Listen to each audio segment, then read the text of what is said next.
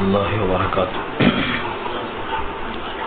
الحمد لله وحده والصلاة والسلام على من لا نبي بعده. أما بعد فأعوذ بالله من الشيطان الرجيم. بسم الله الرحمن الرحيم.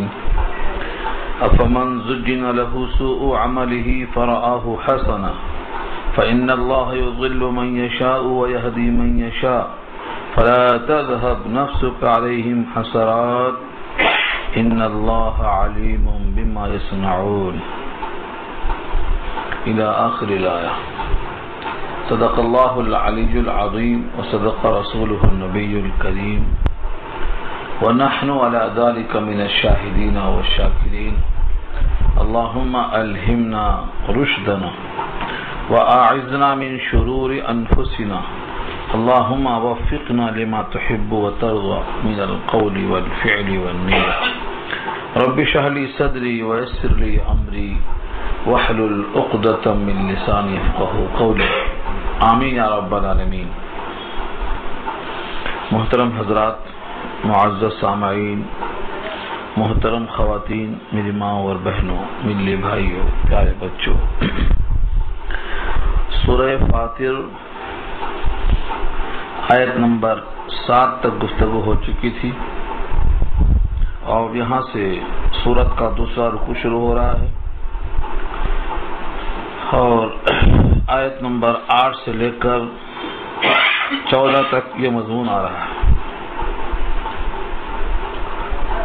پہلی آیت میں دو شخصوں کا تقابل کیا ہے عمل اور عقیدے کے لحاظ سے. افمن زجن له سوء عمله فرآه حسنا. ایک ٹکڑے میں بہت گہری بات آ گئی کہ بھلا وہ شخص جس کے اعمال کی برائی کو آراستہ کر دیا گیا ہے اور وہ اس عمل کو برا ہونے کے باوجود اچھا دیکھ رہا ہے.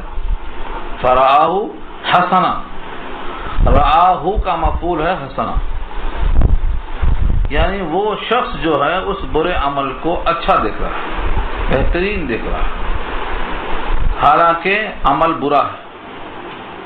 برا عمل کو برا دیکھنے کے بجائے برے عمل کو اچھا محسوس کر رہا ہے. اور یہ اللہ کی طرف سے اس کے لیے سخت گمراہی ہے کہ جو آدمی گمراہی کو اچھا سمجھ کر گمراہی میں مبتلا رہے گا وہ کبھی توبہ نہیں کرے گا. اسی واسطے اکابر لکھتے ہیں بدعتی کو توبہ کی توفیق نہیں ہوتی کیونکہ وہ برائی کو اچھا سمجھ کے کرتا ہے. یہ اللہ کی طرف سے بہت بڑا انعام ہے کہ بندے کو معلوم ہو جائے کہ برائی ہے اور یہ اچھائی ہے. جس کا مزاج بگڑ جاتا ہے کہتے ہیں کہ وہ بخار میں بھی میٹھے کو کڑوا محسوس کرتا ہے. تو مزاج کا فساد ہے یہ. یہاں اللہ نے تشبیہ دی ہے افمن زجن لہ، کیا بھلا وہ شخص کہ جس کے لیے آراستہ کیا گیا سوء عملی، اس کے عمل کے برائی کو، یعنی اس کا برا عمل، فرآہ فا کے معنی تو رآہ اس کو وہ دیکھ رہا ہے. کیا دیکھتا ہے؟ حسنا، عمدہ سمجھ رہا ہے. اب جب اس کے دماغ میں یہ کیفیت طاری ہو گئی ہے تو گویا خلاصہ یہ ہوا کہ یہ اللہ کی مشیت ہے کہ اس کے برے عمل کو اس کی نگاہوں میں اچھا کر کے پیش کر دیا ہے تاکہ وہ ہمیشہ اس برائی کے اندر پڑا رہے. فإن اللہ یضل من یشاء ویہدی من یشاء. بے شک اللہ گمراہ کر دیتے ہیں جس کو چاہیں اور ہدایت دیتے ہیں جس کو چاہیں. گویا اللہ کی مشیت پر ہدایت اور ضلالت دونوں موقوف ہیں. اور جب اللہ کی قدرت اور اللہ کی مشیت پر یہ موقوف ہے تو پھر اب کسی گمراہ کو دیکھ کر غمزدہ ہونے کی ضرورت نہیں ہے کیونکہ اس کی گمراہی اللہ تعالیٰ کے اس فیصلے کی وجہ سے ہے. اب سوال یہ ہے کہ اللہ تعالیٰ کسی بندے کی گمراہی کا فیصلہ کیوں کر دیتے ہیں. یہ بحث کئی دفعہ آ چکی ہے. پیدائشی اعتبار سے ہر بندے میں دونوں قوتیں ہوتی ہیں، فَأَلْهَمَهَا فُجُورَهَا وَتَقْوَى، دونوں قوتیں. لیکن اس نے اپنے قوت کو جو تقوی کی طرف جانے والی تھی اسے ختم کر لیا بری صحبتوں کے ذریعے سے. جس طرح چھری میں کاٹنے کی طاقت ہے لیکن وہ پھینکنے سے زنگ آلود ہو کر کے نکمی ناکارہ ہو گئی، بس یہ حال ہے. تو یہاں تشبیہ اللہ کی طرف منسوب کرتے ہوئے دی گئی ہے، کیونکہ ہر عمل کی ہدایت اور توفیق اللہ ہی کی طرف سے ہوتی ہے۔ بس بے شک اللہ جس کو چاہتے ہیں گمراہ کرتے ہیں، جس کو چاہتے ہیں ہدایت دیتے ہیں۔ فلا تذهب نفسك عليهم حسرات، یہ نبی کو تسلی دی گئی ہے۔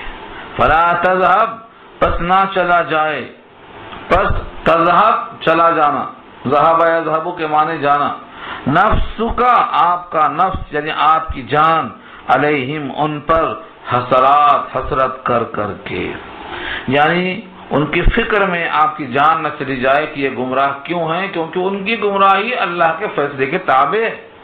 جب اللہ کے فیصلے کے تابع ہے تو ان پر اتنا حسرت اور افسوس کرنے کی آپ کو حاجت نہیں ہے۔ ان اللہ علیم بما یصنعون، بے شک اللہ خوب جانتے ہیں جو کچھ وہ کرتے ہیں۔ صنعت کے معنی کرنا، بنانا، بما یصنعون جو کچھ کہ وہ کرتے ہیں، یعنی اپنے عمل سے اپنے عاقبت کو بناتے یا بگاڑتے ہیں، یہ اللہ کو خوب معلوم ہے۔ صنعت کے معنی کاریگری کے آتے ہیں، اسی سے یہاں بنا ہے یصنعون۔ اور صنعت نگر اسی کو کہتے ہیں جہاں کسی قسم کی کاریگری ہو۔ تو اللہ تعالیٰ نے یہاں یہ واضح کر دیا ہے کہ جو کچھ وہ کاریگری کرتے ہیں اپنے عمل سے، یعنی نتیجہ جنت یا جہنم جو بھی وہ بناتے ہیں، یہ اللہ کے علم ہے۔ اس آیت میں ایک پیغام ملا، گمراہی اور ہدایت اللہ کی مشیت کے تابع ہے، اور کسی بندے کو اگر ہدایت نہیں ملتی ہے تو وہ گمراہی پر رہتا ہے، یہ فیصلہ اللہ کی مشیت کے تابع ہونے کی وجہ سے قابل حسرت نہیں ہے، اس لیے کہ یہ فیصلہ اللہ کا ہے۔ یہ فیصلہ اللہ کا بندوں پر کسی ظلم کی وجہ سے نہیں ہے، بلکہ بندوں نے اپنی صلاحیتوں کو ضائع کر لیا ہے۔ اب وہ اللہ جس کی اتنی بڑی قدرت ہے کہ جس کو چاہے ہدایت دے دے، اس کو چاہے گمراہ کر دے، اور ہر ایک اپنے لیے کیا بناتا ہے اس کو پہلے سے معلوم کر لیں۔ جب اتنی قدرت ہے تو انسان کو اس کا یقین دلانے کے لیے کچھ ایسے مشاہدات کروائے گئے جن کو انسان خوب آنکھوں سے دیکھتا ہے، محسوس کرتا ہے، لیکن کبھی اس کے بھیجنے والے کو غور و فکر نہیں کرتا۔ اس آیت میں دیکھیے، واللہ، اور اللہ، الذی، وہ ہے جو، ارسل الریاح، جس نے چھوڑا ہے ہواؤں کو، بھیجا ہے ہواؤں کو۔ وہ ہوائیں جو چلتی ہیں وہ کہاں سے چلتی ہیں، اس کا مبدا کیا ہے؟ تو اللہ نے بھیجا ہے۔ ہواؤں سے کسی کا انکار نہیں، لیکن آج تک کسی کا دعویٰ نہیں کہ ہوائیں بھیجنے والا کون ہے۔ جب کوئی دوسرا مدعی ہے ہی نہیں تو پھر اللہ کے بھیجنے کا یقین کرنا چاہیے۔ آگے فرمایا فتثیر سحابہ، تثیر، پہلے پارے میں لفظ آ چکا ہے، تثیر الارض، زمین کو جوتتے ہیں نا، تو سارا یسیرو کے معنی یہاں پر جو بادل ہیں، سحابن، بادل، ان بادلوں کو یہ ہوائیں جوت کر اکٹھا کرتی ہیں، یعنی ان کو تہ بتہ جماتی ہیں۔ بکھرے ہوئے بادل ہوتے ہیں، ان کو جیسے کسان کھیت میں ہل چلا کر گھاس کو اکٹھا کر لیتا ہے، ایسے یہ بکھرے ہوئے بادلوں کو ہوائیں کیا کرتی ہیں؟ ایک تہ پر تہ جمع کر اکٹھا کر دیتی ہیں۔ چنانچہ قرآن کریم میں سورہ نور میں یہ بات آ چکی ہے کہ وہ تہ پر تہ جمع کر ایسا جمع دیتے ہیں تہ بتہ کہ پورے بادل کالے کالے نظر آتے ہیں۔ متراکبہ کا لفظ ہے، متراکبہ کے معنی تہ بتہ جمع دیتے ہیں۔ تو یہ کس کا کام ہے؟ ہواؤں کا۔ تو ہواؤں کا چلانے والا اور ہواؤں سے بادلوں کو اٹھا کر اکٹھا کرنا، پھر ان ہواؤں کے ذریعے سے فسقناہ الی بلد میت، ہم سیراب کرتے ہیں، فسقنا، ہم سیراب کرتے ہیں، ہو، اس کو، یعنی بادل کے ذریعے سے، کس کو؟ الی بلد میت، مردہ شہر۔ بلد کے معنی شہر اور میت اردو میں استعمال ہے، میت کے معنی ہی مردہ۔ ہر وہ زمین جس پر بارش کے آثار نہ ہوں، خشک ہو جائے، اس کو مردہ زمین کہا ہے۔ قرآن کریم میں کئی مقام پر آیا ہے۔ کیوں؟ کیونکہ اس سے کوئی چیز نباتات کی اگنے والی نہیں ہے جب تک بارش نہ ہو، بارش سے اللہ زندہ کرتے ہیں۔ یہاں وہی اشارہ ہے، فسقناہ الی بلد میت، تو ہم اس کو آسودہ اور اس کو سیراب کر دیتے ہیں، مردہ شہر کو، ان بادلوں کے ذریعے سے۔ فَأَحْيَيْنَا بِهِ الْأَرْضَ، تو ہم نے زندہ کر دیا ہے اس بارش کے اور بادل کے ذریعے سے زمین کو بعد موتہا، اس کے مر چکنے کے بعد، یعنی ہر زمین مردہ ہے جب تک کہ اس میں قوت نمو نہ ہو، اور قوت نمو بارش کے اختلاط سے پیدا ہوتی ہے۔ اللہ نے اس تشریح دے کے فرمایا کذالک النشور، اسی طرح ہوگا جی اٹھنا، کذالک مانے اسی طرح، نشور نشر کرنا۔ یہ نشر کا لفظ قرآن کریم میں سورہ فرقان میں بھی آیا ہے، پہلے رکوع میں وہاں بھی کہا ہے وَإِلَيْهِ النُّشُورُ، یہاں کہا ہے وَكَذَلِكَ النُّشُورُ۔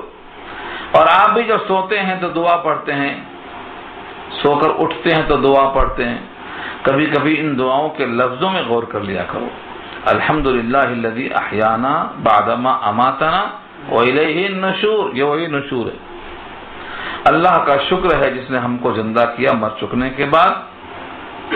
الحمدللہ الذی احیانا بعدما اماتنا، ہمارے مر چکنے کے بعد ہم کو زندہ کیا، وإلیہ النشور، اور جیسے آج ہم بستر سے اٹھ رہے ہیں ایسے اس دن ہم زمین کے بستر سے اٹھیں گے، یہ ہے نشر۔ تو نشر کے معنی آتے ہیں پہنچانا، ہمارے پاس اردو میں بھی اسلام جو ہے شعبہ نشر و اشاعت کے معنی کسی چیز کو پہنچانا، منتشر کرنا، بکھیرنا۔ ہاں، منشور کے معنی آتے ہیں ہم اپنے اصولوں کو ظاہر کر رہے ہیں۔ منشور، اس پارٹی کا منشور کیا، یعنی اس پارٹی کو کس بنیاد پر اٹھایا گیا ہے، اس کا دستور کیا ہے، دستور اور منشور کہا جاتا ہے۔ تو اللہ نے یہاں واضح فرمایا کہ قیامت میں جس طرح ہم یہاں پانی برسا کر مردہ زمین کو زندہ کرتے ہیں، یعنی اس کے اندر سے سبزے کو اگاتے ہیں، ایسے ہی ہم آب حیات چھڑکیں گے اور قبر سے مردے زندہ ہوں گے۔ بس زندہ ہونے کی مثال ہے، کذالک النشور، ایسا ہی اللہ تعالیٰ اٹھائیں گے۔ اب معلوم یہ ہوا کہ مرنا اور جینا انسان کے اپنے اختیار میں نہیں ہے، اللہ کے اختیار میں ہے، اور یہ کئی مقام پر آ چکا ہے، سورہ فرقان میں بھی تفصیل سے آ چکا ہے۔ آگے فرماتے ہیں اللہ کہ جب سب کچھ اللہ کے قبضے قدرت میں ہے تو جس کو عزت چاہیے، عزت کس سے حاصل کرنا چاہیے؟ اللہ سے۔ من کان یرید العزت، جو شخص کی ارادہ کرتا ہو عزت کا، یعنی غلبہ چاہتا ہو، شہرت چاہتا ہو، دنیا میں عزت چاہتا ہو، فَلِلَّهِ الْعِزَّةُ جَمِيعًا، تو اللہ ہی کی ملکیت میں ہے ساری عزت۔ اگر کائنات میں کسی سے عزت مل سکتی ہے تو وہ اصلاً نہیں ہے بلکہ تبعاً ہے۔ اصل طاقت، اصل غلبہ تو اللہ کا ہے۔ تو جب کسی انسان سے اگر کسی کو تبعاً عزت اور غلبہ ملے گا، یہ بالواسطہ ہوگا۔ بالواسطہ کا مطلب اس کا ذاتی نہیں ہوگا بلکہ یہ اللہ کی طرف سے عطا ہوگا، اور ذاتی قدرت اور ذاتی غلبہ کے مقابلے میں یہ عطائی غلبہ یقیناً ناقص ہوتا، ناقابل اعتبار ہوتا اور ناقابل ثبات ہوتا، کبھی بھی ختم ہو سکتا ہے۔ اسی لیے جس کو مستقل عزت چاہیے وہ اس ذات کو پکڑے جس کی عزت اور جس کا غلبہ مستقل بالذات ہے، کسی کا عطا کیا ہوا نہیں ہے، اور وہ ذات صرف اللہ کی ہے۔ من کان یرید العزت، جو شخص عزت اور غلبہ چاہتا ہے، فللہ العزت جمیعا، تو تمام تر عزت اللہ کے لیے ہے۔ اب اللہ کے پاس جو عزت ہے وہ کیسے حاصل کرے؟ بندہ چاہتا تو یہ ہے کہ اس کو غلبہ ملے اور اللہ کے پاس عزت حاصل کرے، لیکن کیسے، کس طرح حاصل کر سکتا ہے؟ ایک طویل بحث کو دو جملے میں سموٹ دیا گیا ہے۔ یہ قرآن کریم کے لفظوں کا اعجاز ہے۔ فرمایا الیہ یصعد، اسی کی طرف چڑھتے ہیں، الیہ اسی کی طرف، یصعد چڑھتے ہیں۔ سعیدہ کے معنی آتے ہیں کسی چیز کا چڑھنا، صعود کے معنی چڑھنے کو کہتے ہیں۔ جس طرح نزول اترنے کو بولتے ہیں، ایسے ہی صعود چڑھنے کو بولتے ہیں، جیسے قعود بیٹھنے کو بولتے ہیں۔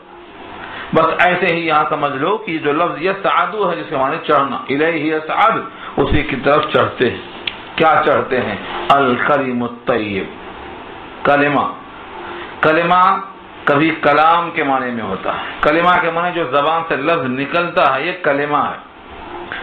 الف لام سے کبھی کبھی مراد ہے پورا کلمہ یعنی جملہ، چنانچہ کلمہ طیب کو اول کلمہ کہتے ہیں اسی بات سے، حالانکہ وہ کلمہ نہیں ہے، پورا جملہ۔ لیکن کبھی کبھی جملے کو اور کبھی کبھی پورے کلام کو کلمہ بھی کہہ دیا جاتا ہے. جسے حدیث میں آتا ہے، بخاری کی آخری حدیث سنتے ہیں آپ درس بخاری میں، کلمتان حبیبتان، دو کلمے ہیں جو اللہ کو بہت پسند ہیں، بہت محبوب ہیں. حالانکہ وہ کلمے نہیں ہیں، جملے ہیں. وہ تو سبحان اللہ و بحمدہ ایک جملہ ہے، تو جملے کو وہاں کلمہ کہا ہے. دو کلمے ہیں، سبحان اللہ و بحمدہ، سبحان اللہ العظیم، دو کلمے ہیں، انہیں کلام نہیں کہا بلکہ کلمہ کہا. ایسے ٹھیک یہاں بھی الکلم الطیب سے مراد کلمہ نہیں ہے بلکہ کلام ہے، یعنی لا الہ الا اللہ محمد الرسول اللہ، یہ کلمہ طیب ہے. لوگ کہتے ہیں کلمہ، اس کی صفت کیا ہے؟ الطیب. طیب کے معنی پاکیزہ، ایسا بول جو بالکل پاک ہو، اپنے لفظ اور معنی اور اپنے صفات اور خواص ہر لحاظ سے بالکل پاک طیب پاکیزہ ہو. وہ کلمہ طیب کیا ہے؟ تو لا الہ الا اللہ محمد الرسول اللہ، یہ کلمہ طیب کہلاتا ہے، یہ چڑھتا ہے. والعمل الصالح يرفعه، اور عمل صالح چڑھتا ہے اس کی طرف. اس کلمے کی تفسیر میں تھوڑا سا عربی گرامر برداشت کرنا پڑتا. یرفعه میں دو ضمیریں ہیں، ایک ضمیر ہے فاعل کی اور ایک ضمیر ہے مفعول کی، یعنی ایک ضمیر ہے سبجیکٹ کی اور ایک ہے آبجیکٹ کی. طے کرنا ہے اس میں سے. پہلا قول جمہور کا ہے، وہ بہت واضح ہے، اس کے مطابق میں تشریح کرتا ہوں پہلے تاکہ آپ اچھی طرح دیکھ لیں. کلمہ طیب، کلمہ طیب کیا ہے؟ لا الہ الا اللہ. یہ کلمہ تو منافق بھی پڑھتا ہے، لیکن اس کا منافق ہو کر پڑھنا مفید نہیں ہوتا. کیوں؟ کیونکہ وہاں پر عمل صالح نہیں ہوتا. عمل صالح، عمل کے معنی کام، اور کام جو ہوتا ہے جس طرح ہاتھ سے ہوتا ہے ایسے ہی دل سے ہوتا ہے. اور دل کا جو کام ہے وہ ہے تصدیق کرنا، اس لیے تصدیق قلبی کو فعل کہا. یہ دل کا فعل ہے، دل کا مان لینا، یہ دل کا ایک کام ہے جس کو ہم فعل کہتے ہیں. یہ عمل صالح ہے. والعمل الصالح یرفعہ میں ایک ضمیر ہے فاعل کی، ایک مفعول کی ہے. یرفعہ مانے اور عمل صالح اٹھاتے ہیں اس کلمہ کو اوپر تک.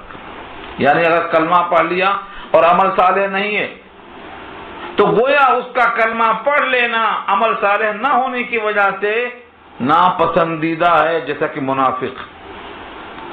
یہ کلمہ طیب کو اوپر اللہ تک پہنچانے کے لیے عمل صالح چاہیے. عمل صالح نہیں ہوگا تو لاکھ کلمہ پڑھ لو، یہ اوپر جانے والا نہیں ہے. تو یرفعہ میں جو ہو ہے آبجیکٹ کی ضمیر مفعول کی، وہ گویا کلمہ طیبہ کی طرف جاتی ہے، اور جو فاعل کی ہے جو اٹھاتی ہے اوپر وہ عمل صالح ہے، اس سے مراد. یہ جمہور کی رائے ہے. تو اس کا مطلب کیا نکلے گا؟ اس کا مطلب یہ ہے کہ کلمہ طیب یعنی لا الہ الا اللہ کا اقرار جب تک دل کا عمل تصدیق کی شکل میں نہ ہو تب تک اللہ تک نہیں پہنچتا، یعنی منافقت میں شمار ہوتا. یہ مراد ہے. چلتا ہی نہیں آگے نہیں بڑھتا. اس کا اثر کیا ہوگا؟ اس کا اثر یہ ہوگا کہ ہر بندہ جو کلمہ پڑھ لیتا ہے اس کا مخلص ہونا اس وقت معتبر ہوگا جب دل اس کی تصدیق کر دے. اور جب دل تصدیق کر دے گا تو دل کا تصدیق کرنا یہ دل کا عمل ہے، اور یہی عمل صالح ہے جو اٹھاتا ہے اس کلمے کو اللہ تک پہنچاتا ہے، یعنی مقبول بناتا ہے. اللہ تک پہنچانا، اوپر اٹھانا، یعنی عند اللہ مقبول ہونا.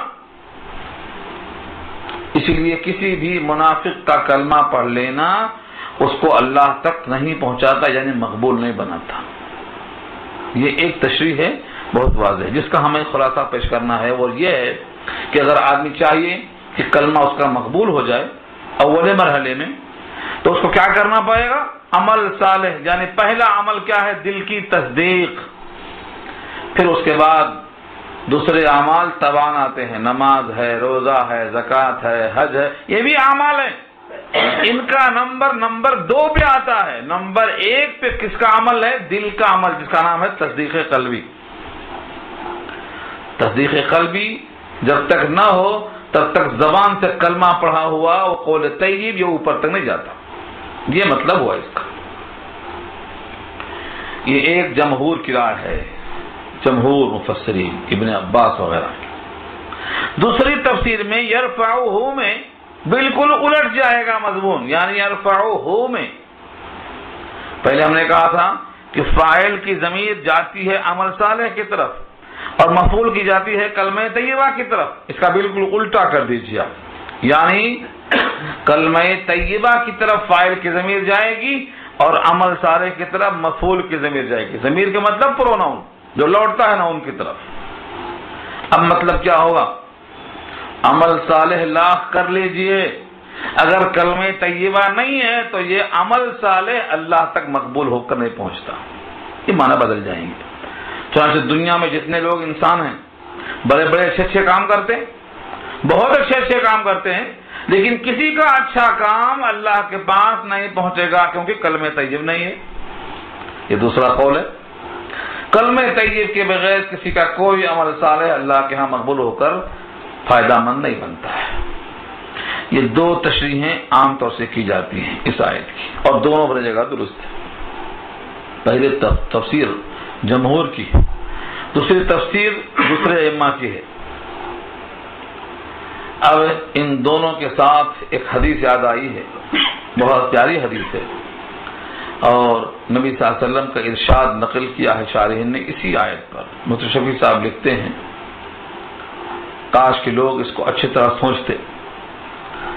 فرماتے ہیں کہ کوئی بھی قول بلا عمل کے مقبول نہیں، اور کوئی بھی قول اور عمل بلا نیت کے مقبول نہیں، اور کوئی بھی قول عمل نیت یہ تینوں معتبر نہیں جب تک کہ سنت کی مطابقت میں نہ ہو. پہلے میں کیا فرق ہوگا؟ قول ہی صحیح نہیں ہے تو ایمان نہیں، اور دوسرا قول بھی صحیح ہے عمل صحیح نہیں ہے تو پھر نفاق میں جائے گا نہیں اوپر. قول بھی صحیح ہے عمل بھی صحیح ہے نیت صحیح نہیں ہے تب بھی فساد. اور قول اور عمل اور نیت تینوں چیزیں درست ہیں لیکن وہ عمل سنت کے مطابق نہیں ہے بلکہ مخالفت میں سنت کے، وہ بھی مردود. تو یہ تین شرطیں ہو گئیں، قول بھی ہو عمل بھی ہو نیت بھی ہو، اور یہ تینوں چیزیں مطابق ہو سنت مصطفیٰ کے، تب جا کر کے وہ قابل قبول ہو سکتی ہیں. اب اگر کوئی انسان کتنے ہی نیک نیتی سے بڑے عمدہ کام کرتا ہو اور دل سے زبان سے اقرار بھی کرتا ہو لیکن وہ عمل حضور کے عمل سے مشابہ نہ ہو، جس کا نام بدعت ہے، تو ہرگز قابل قبول نہیں. اور اسی حدیث پر علامہ سعدی کا وہ شعر ہے، خلاف پیغمبر کسے رہ گزیر کہ ہرگز بمنزل نہ خواہد رسی. پیغمبر کے خلاف چلنے والا منزل تک نہیں پہنچ سکتا ہے. کیوں؟ کیونکہ اللہ نے جو نمونہ پیش کیا ہے وہ نمونہ ہے ذات مصطفیٰ صلی اللہ علیہ وسلم. جو عمل آپ کے کیے ہوئے سنت کے مطابق نہ ہوگا وہ رد کر دیا جائے گا. نماز ہو یا روزہ ہو، حج ہو یا زکوٰۃ ہو یا لباس ہو یا کسی قسم کا کوئی عمل ہو، اگر وہاں سنت کے مطابقت میں نہیں پہنچ رہا ہے تو باطل ہو جائے گا. تو ہمارے سامنے اس جملے سے یہ تین چار باتیں سامنے آئیں. نمبر ایک قول کلمہ طیب، نمبر دو عمل صالح، نمبر تین نیت خالص. یعنی خالص کا مطلب وہ عمل اور وہ قول صرف اللہ کو راضی کرنے کے لیے ہو، اور ان تینوں کے ساتھ وہ عمل اور وہ قول سنت مصطفیٰ کے مطابق ہو، تب جا کر کے وہ مقبول ہوگا. یہ میں نے خلاصہ پیش کیا ہے، تفصیل اس کی بہت طویل ہے. والذین یمکرون السیئات لهم عذاب شدید ومکر اولئک هو یبور. والذین یمکرون السیئات، اور جو لوگ مکر کرتے ہیں، مکر کے معنی خفیہ تدبیریں کرنا، سازشیں کرنا، پلاننگ کرنا. السیئات لا کر کے واضح کر دیا کہ مکر دو قسم کا ہوتا ہے. ایک مکر کے معنی تدبیر اچھے کاموں کی، اور ایک مکر اور تدبیر برے کاموں کی. اس طرح سیئات لگایا، یمکرون کے ساتھ السیئات برے کام، بری تدبیریں کرتے ہیں. بری تدبیریں کیوں ہوں گی؟ کسی کو تکلیف پہنچانے کے لیے، نفع حاصل کرنے کے لیے تدبیریں جو بری ہوتی ہیں.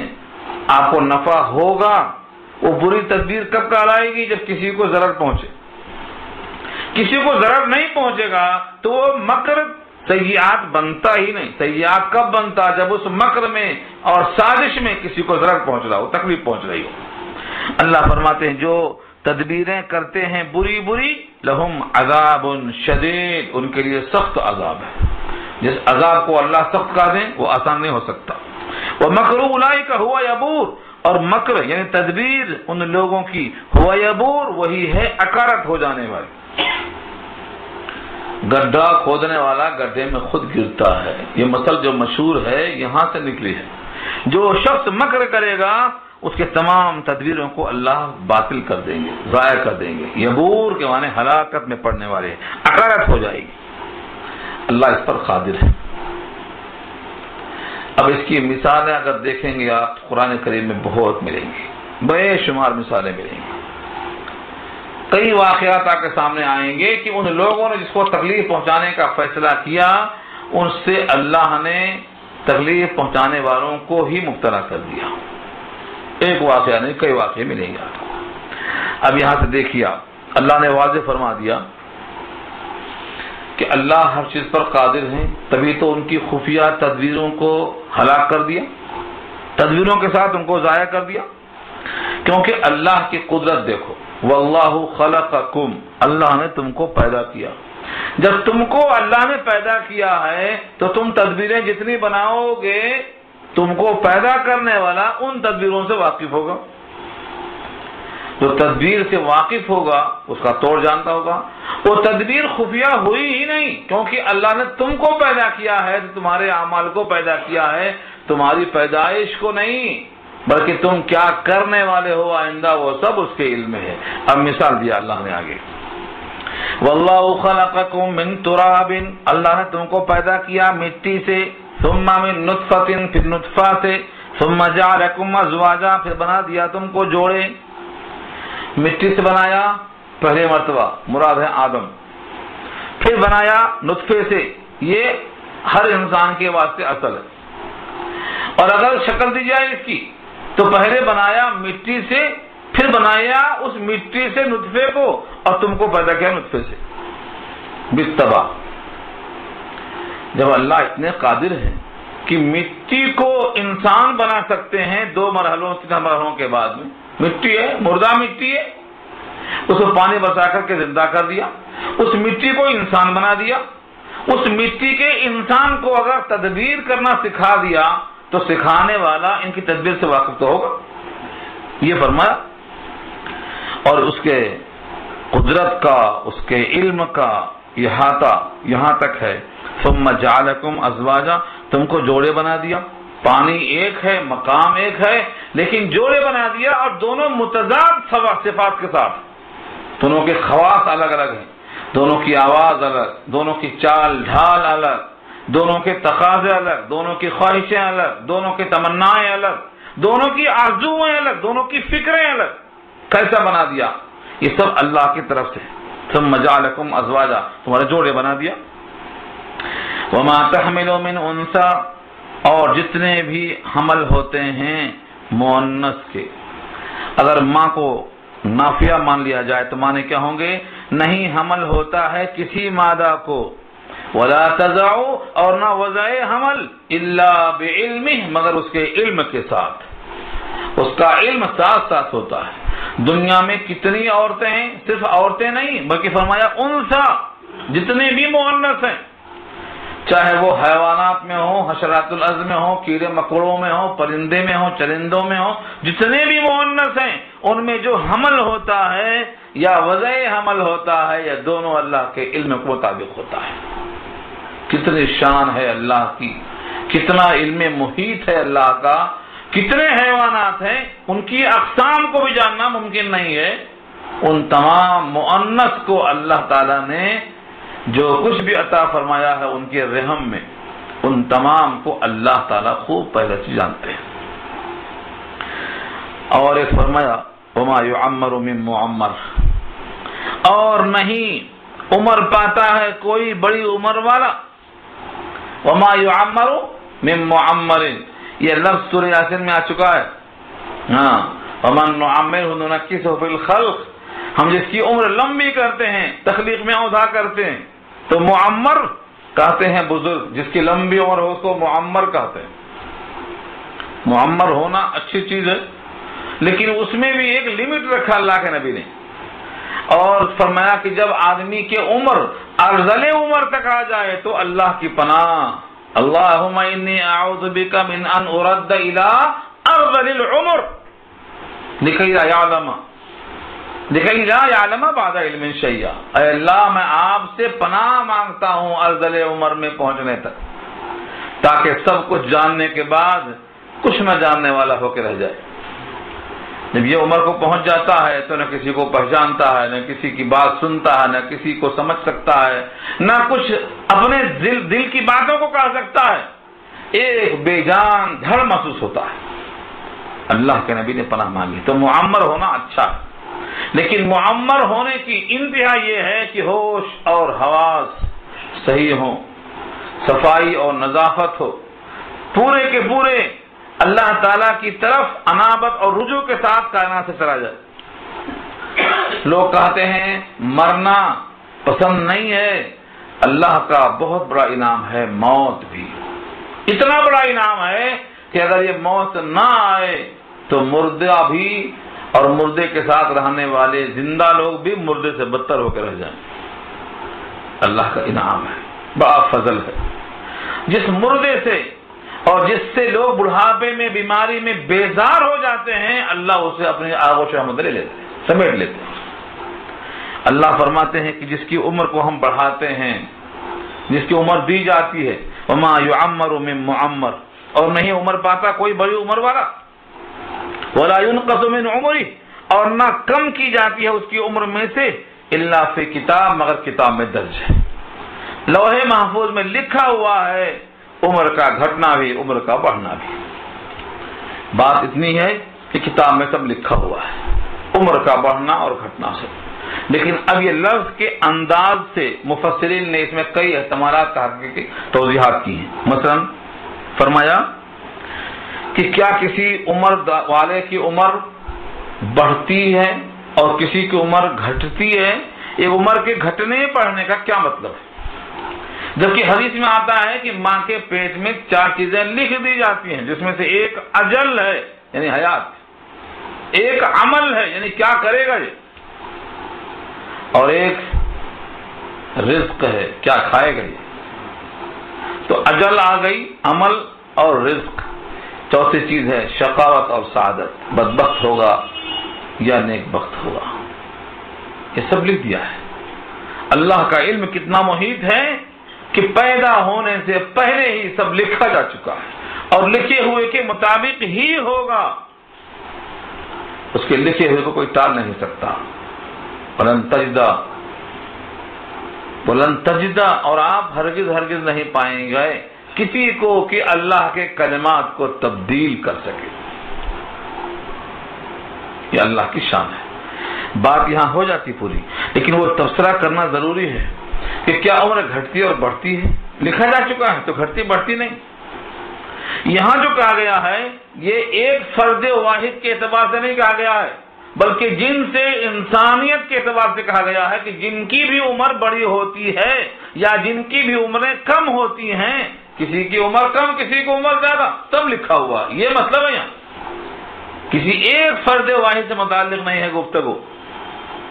جس کی بھی عمر زیادہ ہو یا جس کی بھی عمر کم ہو، لکھا ہوا کتاب میں. اور اگر یہ مان لیا جائے تھوڑی دیر کے لیے کہ ہر آدمی کی عمر گھٹتی اور بڑھتی ہے اور وہ اللہ کے علم میں ہے، تو عمر کے گھٹنے بڑھنے کا کیا مطلب ہے؟ حدیث میں آتا ہے جس کو خوشی ہو، من سر، جس کو خوشی ہو کہ وہ اس کا رزق بڑھا دیا جائے، رزق، اس کا رزق بڑھ جائے اور اس کی عمر بڑھ جائے، تو اس کو چاہیے فلیصل رحمہ، صلہ رحمی کرے. تو صلہ رحمی کرنے سے رزق کا بڑھنا اور عمر کا بڑھنا یہ حدیث کے اندر موجود ہے. صلہ رحمی کرنے سے عمر بڑھتی ہے، رزق بڑھتا. تو اس کا کیا مطلب ہے، کیسا بڑھتا ہے؟ اور بھی بہت سے لوگ دعائیں کرتے ہیں، لا يرد القضاء الا الدعاء، تقدیر بدلتی نہیں مگر دعاؤں سے. تو بعض لوگ سمجھتے ہیں یہ کہ عمر بڑھ جاتی ہے. عمر بڑھتی اور گھٹتی ہے کس طرح؟ نبی صلی اللہ علیہ وسلم سے صحابی نے پوچھا ان تمام باتوں کو رد کر کے. آقا نے فرمایا کہ دیکھو، ایک آدمی جب نیک سلوک کرتا ہے تو اس کی اولاد صالح پیدا ہوتی ہے، اور جب صالح اولاد ہوتی ہے تو وہ اس کے حق میں دعا کرتی ہے. یہ آدمی مر چکا ہوتا ہے، قبر میں پہنچ جاتا ہے جہاں کوئی عمل نہیں کام میں آتا، کوئی عمل کرنے کی طاقت اور طاقت نہیں ہوتی، لیکن اس کی جو صالح اولاد دعا کرتی ہے تو اس دعا کی بنا پر اجر اس کے قبر میں پہنچتا رہتا ہے. حالانکہ مر چکا ہے لیکن اجر بڑھتا جا رہا ہے. اور زندہ رہنے کا مقصد اور فائدہ یہی ہے کہ آدمی کو اجر ملتا جائے. تو جو زندگی میں اجر بڑھنے کا دوسروں کو فائدہ ہوتا ہے، یہ فائدہ اس کو مرنے کے بعد بھی ہو رہا ہے. یہ ہے عمر کا بڑھنا. اس وضاحت سے بات معلوم ہو گئی کہ آپ جب نیک ہوں گے، صالح ہوں گے، تو اپنے اولاد کو بھی نیک اور صالح بنائیں گے، اور اس کی دعاؤں سے آپ کے مر چکنے کے بعد ہی جو اجر میں اضافہ ہوتا رہے گا، وہ ایک معنوں میں جو زندے کو فائدہ ہوتا ہے وہ آپ مردہ ہونے کے بعد فائدہ اٹھائیں گے. یہ ہے عمر کا برکت والا ہونا. تو عمر کا بڑھنا سے مراد کیا ہے؟ عمر میں برکت ہونا، برکت مراد یہ ہے. تو ایک مفہوم تو یہ ہوا کہ عمر کا گھٹنا بڑھنا تعبیر کیا ہے برکت سے. آدمی کی عمر گھٹتی اور بڑھتی ہے تو کیا مطلب ہوتا ہے، کیا مفہوم ہوتا ہے؟ جس شخص کو بھی اللہ تعالیٰ عمر دیتے ہیں، بڑی عمر دیتے ہیں، یا اس کی عمر میں سے کم کرتے ہیں، عمر میں سے کم کرنے کا کیا مطلب ہے؟ حدیث میں آتا ہے کہ عمر نام ہے چند سانسوں کے مجموعے کا. جب ایک سانس اس میں سے لیا تو اتنا حصہ کم ہو گیا. تقریباً 24,000 مرتبہ سانس لیتا ہے آدمی 24 گھنٹے میں. اب آپ سوچئے، اتنی سانس جب لیتا ہے تو اس کی حیات میں کتنے سانسیں ہیں؟ جتنی سانس لیتا اور چھوڑتا ہے اتنے کم ہوتے رہتے ہیں، کم ہوتے رہتے ہیں، کم ہوتے رہتے ہیں، یہاں تک کہ یہ سانس آہستہ آہستہ جب ختم ہو جائے گی تو عمر ختم ہو جائے گی. تو حیات نام ہے چند سانسوں کے مجموعے کا. جب ایک سانس آتی اور جاتی ہے تو اس کل میں سے ایک جز کم ہو جاتا ہے.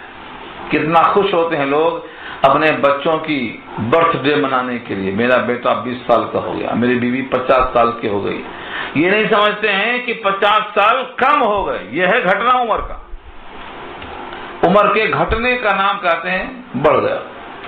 بڑھ گیا نہیں، عمر میں سے اتنا گھٹ گیا. اور اس پر بجائے خوشی بانٹنے کے آنسو بانٹنا چاہیے. ارے میرا بیٹا اگر 100 سال کی عمر لایا تھا تو 50 سال تو ختم ہو گئے. 50 سال قبر سے قریب ہو گیا، منتقل ہو رہا ہے.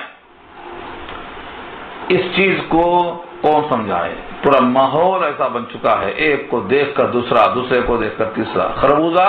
خربوزے کو دیکھ کر رنگ کیسا پکڑتا، خرابیوں کو دیکھ کر بچے ایسا بگڑ رہے ہیں. ہر ایک بچہ چاہتا ہے کہ کیک آنا ضروری ہے. ہاں،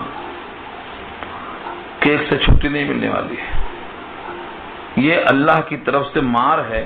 جب تک ہم کوشش مجموعی طور پر نہیں کریں گے، یہ ہماری کوششیں ایسا ہوں گی، رائگاں ہوں گی. ماحول جب تک نہیں بنے گا. تو عمر کا گھٹنا یہ ہے. ایک شاعر کہتا ہے اسی مضمون کو، حیاتک انفاس تعد فکلما مضى نفس منه انتقصت به جزءا. حیات نام ہے چند سانسوں کے مجموعے کا. جب ایک سانس اس میں سے نکلی تو مجموعے میں سے اس کے ساتھ ایک حصہ کم ہو گیا. کم ہوتے ہوتے یہ جاتا ہے ادھر.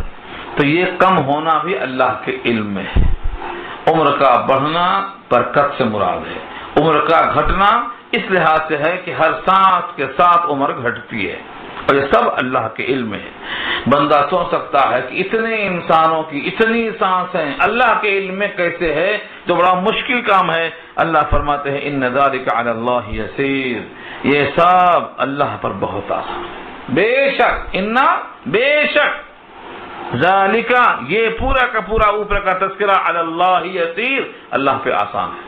یسیر کے معنی یسر، آسان ہے، کوئی مشکل نہیں. سب لکھا ہوا پہلے سے، لکھے ہوئے کے مطابق ہو رہا ہے.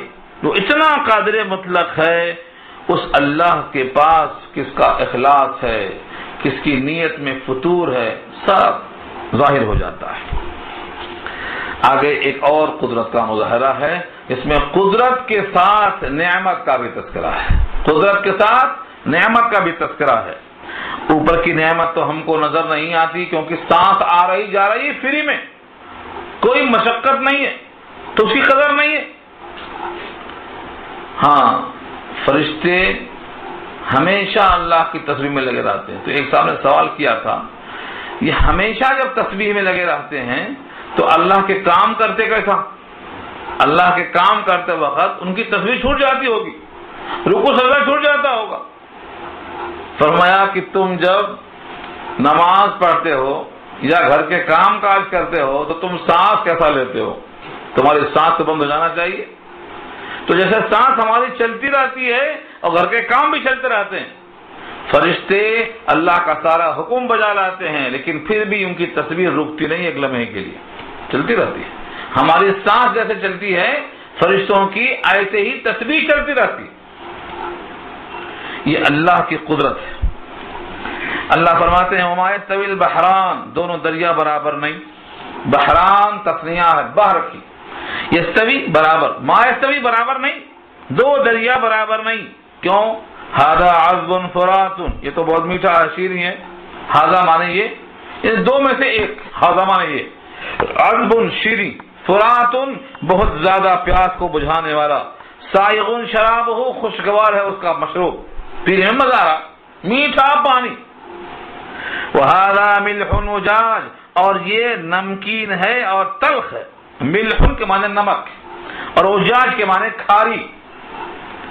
ایک پانی کو آپ چکھ نہیں سکتے، زبان لگائیں تو تھوکنا پڑتا، اور ایک پانی کو خوشگوار ہے، ذائقہ ہے، فرحت بخش ہے، اندر سے طبیعت سے الحمدللہ نکلتا ہے.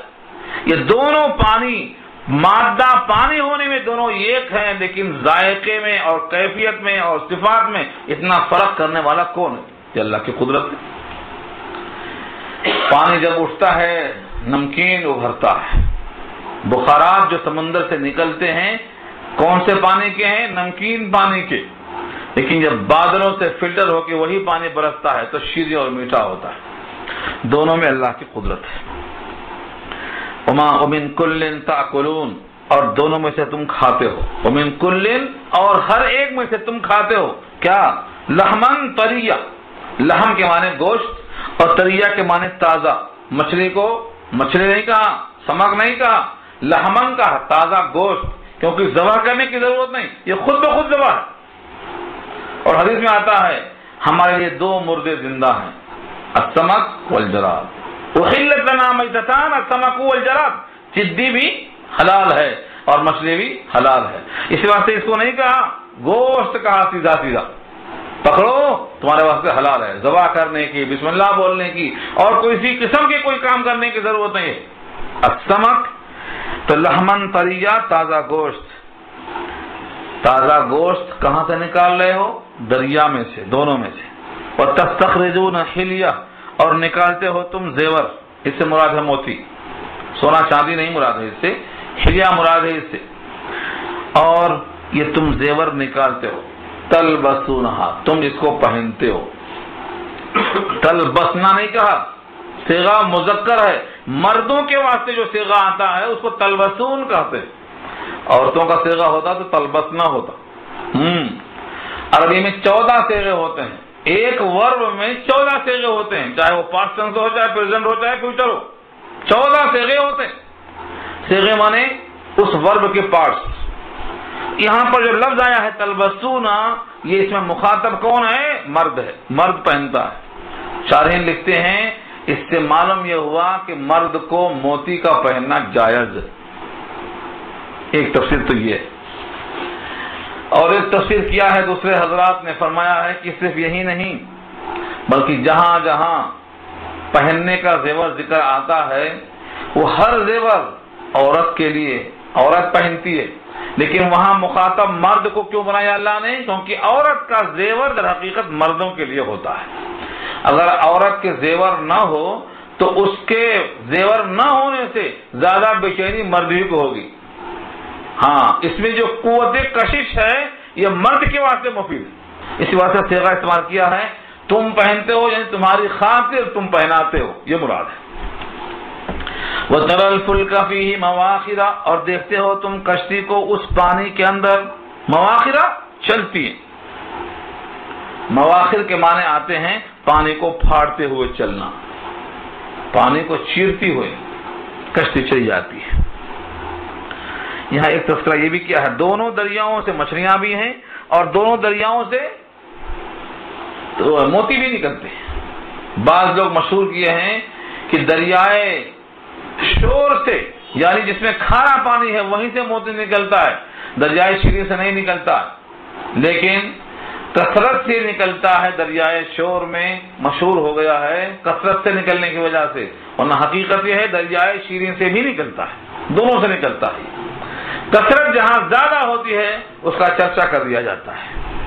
اور اس کشتی میں، کشتی کو اللہ نے، حالانکہ یہ ثقیل ہے رک جانا چاہیے، مگر یہ پتلے پانی کو پھاڑتے ہوئے چلی جاتی ہے. یہ مواخرہ چیرتی ہوئی پانی کو، لِتَبْتَغُوا مِنْ فَضْلِهِ، تاکہ تم تلاش کرو اللہ کا فضل، وَلَعَلَّكُمْ تَشْكُرُونَ، اور تاکہ تم شکر ادا کرو، تاکہ تم اللہ کے اس رزق پر اللہ کا شکر ادا کرو. یہ بھی اللہ کی قدرت ہے.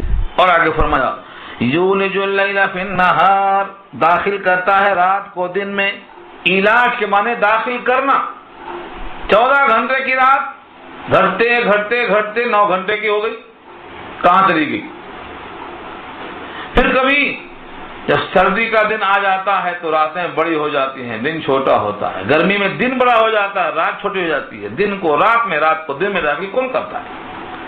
یہ قدرت اللہ کی ہے.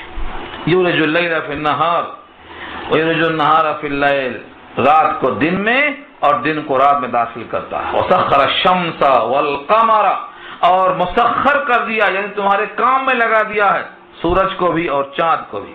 کل یجری، ہر ایک جاری ہے، چل رہا، ایک لمحے کے واسطے ٹھہر نہیں رہا ہے، چلتا چلا جا رہا. کب تک چلے گا یہ؟ کل یجری، ہر ایک جاری ہے، چلتا جا رہا ہے. لِأَجَلٍ مُّسَمًّى، ایک وقت مقررہ تک.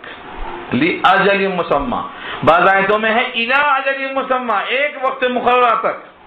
اور یہاں آیا ہے لِأَجَلٍ مُّسَمًّى، مقررہ مدت تک کے لیے چلتا رہے گا. سورج کا چاند کا چلنا یہاں ثابت ہے. اور یہی مضمون سورہ یاسین میں بھی آ چکا ہے. والشمس تجری کہتا ہے. زمین کے بارے میں قرآن ساکت ہے، خاموش ہے، لہذا زمین کے چلنے نہ چلنے کا کوئی تعلق نہیں ہے. اللہ فرماتے ہیں ذالکم اللہ، یہ ہے تمہارا اللہ، یہی ہے اللہ ربکم، تمہارا پروردگار. لہ الملک، اسی کی بادشاہت ہے. جب پانی اور پانی میں کشتی، آسمان میں سورج اور چاند، اور بارش بادلوں سے، اور ان تمام کا رزق، اور ان تمام کے لیے موتی، یہ سب تم دیکھتے ہوئے آ رہے ہو. اب مجھے بتاؤ آسمان سے لے کر تحت سنا تک کس کی حکومت ہے؟ اس نے فرمایا لہ الملک، یہ تمہارا رب ہے اللہ جس کی بادشاہت ہے. اس کو چھوڑ کر تم جس کے سامنے سجدہ کرتے ہو، تم جس کو پکارتے ہو، ان کا بھی حال سن لو. والذین تدعون من دونی، اور جن کو تم پکارتے ہو اس کے سوا، ما یملکون، وہ مالک نہیں ہوتے، من قطمیر. قطمیر کسے کہتے ہیں؟ کہیں کوتمیر سمجھ لیں گے آپ، کوتمیر نہیں پڑھ رہا ہوں میں، قطمیر بول رہا ہوں. قطمیر کھجور کھاتے ہیں نا آپ، کھجور کھاتے ہیں، گٹلی کو پھینکتے ہیں. کھجور اور گودے کے بیچ میں ایک چھلکا ہوتا ہے، اسے قطمیر کہا اللہ نے. وہ قطمیر جو چھلکا ہوتا ہے، اس چھلکے کے برابر بھی کسی کو طاقت نہیں دیا ہے اللہ نے. یہ فرمایا کس قدر شہادت ہے اللہ کی. اس آیت میں تو قطمیر کہا ہے اور دوسری آیت میں فرمایا ہے فتیلہ. فتیلہ قطمیر کے بجائے فتیلہ ہے. وہاں مراد ہے جو گٹھلی کے گڑھے میں تاگا ہوتا ہے وہ ہے فتیلہ.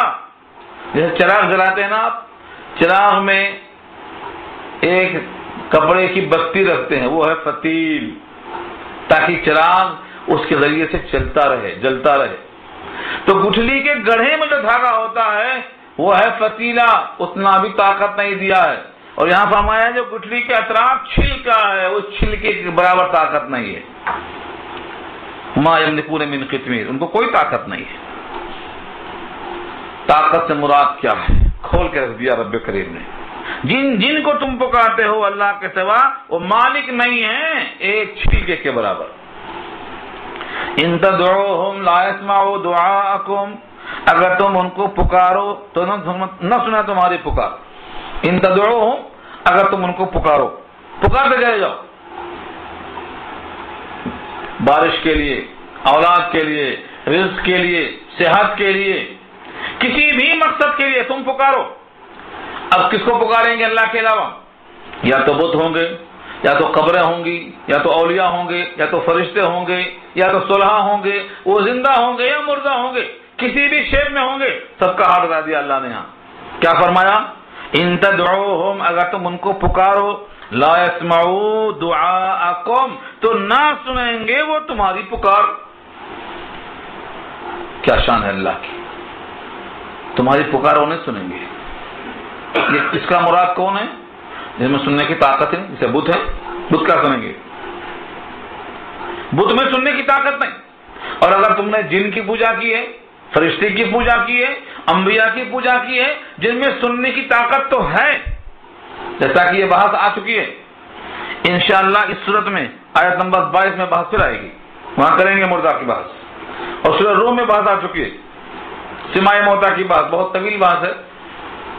اگر فرض کرو تم نے ایسوں کی بندگی کی ہے جیسے بت ہیں تو سنتے ہی نہیں, اور اگر تم نے ان کی بندگی کی ہے جو سن سکتے ہیں جیسے فرشتے ہیں, انبیاء ہیں, شیاطین اور جنات ہیں, تو اللہ فرماتے ہیں وَلَوْ سَمِعُوا, اگر وہ سن بھی لیں, بفرض محال سن لیں, مَسْتَجَابُوا لَكُمْ, تو تمہاری آواز پر لبیک نہیں کہیں گے, تمہاری فریاد کو نہیں سنیں گے, تمہاری کوئی حاجت پوری نہیں کر سکیں گے. مستجاب لکم, قبول نہیں کریں گے تمہارے واسطے. کیوں؟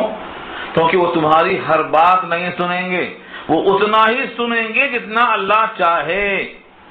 ہاں, ان اللہ یسمع من یشاء, اللہ جتنا چاہتے ہیں سنا سکتے ہیں. وما انت بمسمع من فی القبور, جو قبروں میں ہیں ان کو آپ نہیں سنا سکتے.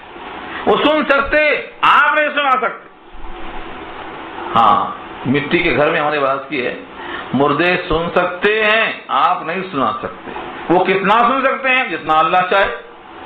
اللہ کتنا چاہتا ہے وہ آپ کے تمام باتوں کو سنانے پر قادر تو ہے, مگر کیوں چاہے گا؟ اللہ کی مخالفت میں آپ غیر اللہ کو پکارتے ہیں تو اللہ کیوں چاہے گا؟ اللہ کی موافقت تو نہیں کر رہے ہیں آپ, کیونکہ اللہ کے خلاف جا رہے ہیں. اللہ نے کہا ہے میں تمہارا رب ہوں بلا شرکت غیر, میری بادشاہت ہے. اب میری بادشاہت میں, میری حکومت میں تم میرے غیر کو پکاریں گے تو میں کیوں چاہوں گا؟ اللہ نے واضح کر دیا اگر تم ان کو پکارو تمہاری بات کو سنیں گے نہیں, اور اگر سپوز سن بھی لیں تو تمہاری حاجت پوری نہیں کریں گے. دنیا میں تو یہ حال ہوا, اور آخرت میں کیا ہوگا؟ وَيَوْمَ الْقِيَامَةِ يَكْفُرُونَ بِشِرْكِكُمْ, اور قیامت کے دن انکار کریں گے تمہارے شرک کرنے کا. کہیں گے یا اللہ ہم کو پتا ہی نہیں کہ ہم کو کسی نے پکارا بھی, ہمارے سامنے کوئی سجدہ بھی کیا, ہم سے کسی نے فریادیں کی, ہم کو تو خبر ہی نہیں. ہاں, قیامت میں وہ انکار کریں گے. دنیا میں لوگ جن کو پکارتے ہیں قیامت میں وہ ان کے پکار کا, ان کے شرک کرنے کا انکار کریں گے. اب آپ ایک سوال کر سکتے ہیں کہ کیسے وہ انکار کر سکتے ہیں, اور وہ انکار کریں گے آخرت میں, تو ابھی سے کیسے معلوم ہوا؟ اللہ فرماتے ہیں یہ خبر تمہیں کون دے سکتا ہے سوائے خبیر کے. فَلَا يُنَبِّئُكَ مِثْلُ خَبِيرٍ, اور تمہیں کوئی خبر نہیں دے سکتا ہے خبیر کی طرح، خبر دینے والے کے معنی میں، جو ہمیشہ ہر چیز سے باخبر ہے، یہ اس کی خبر ہے کہ تم جن کے سامنے سجدہ کرتے ہو، جن سے تذلل کرتے ہو، جن سے عاجزی کرتے ہو، یہ سب تمہارے منکر ہو جائیں گے۔ ان کو تو پتا بھی نہیں کہ ہمیں کسی نے پکارا بھی ہے، ہم سے کسی نے حاجتیں مانگی ہیں، ہمارے نام کے اظہار بند لٹکائے گئے ہیں، ان کو پتا بھی نہیں ہے۔ یہ خبر کون دے رہا ہے؟ اللہ فرماتے ہیں خبیر کی طرح تمہیں خبر کون دے سکتا ہے؟ اور یُنَبِّئُکَ مِثْلُ خبیر۔ بات یہاں پوری ہو گئی، رکوع مکمل ہو گیا ہے۔ اب یہاں سے گفتگو انشاءاللہ رمضان کے بعد شروع ہوگی۔ دعا کر لیجیے۔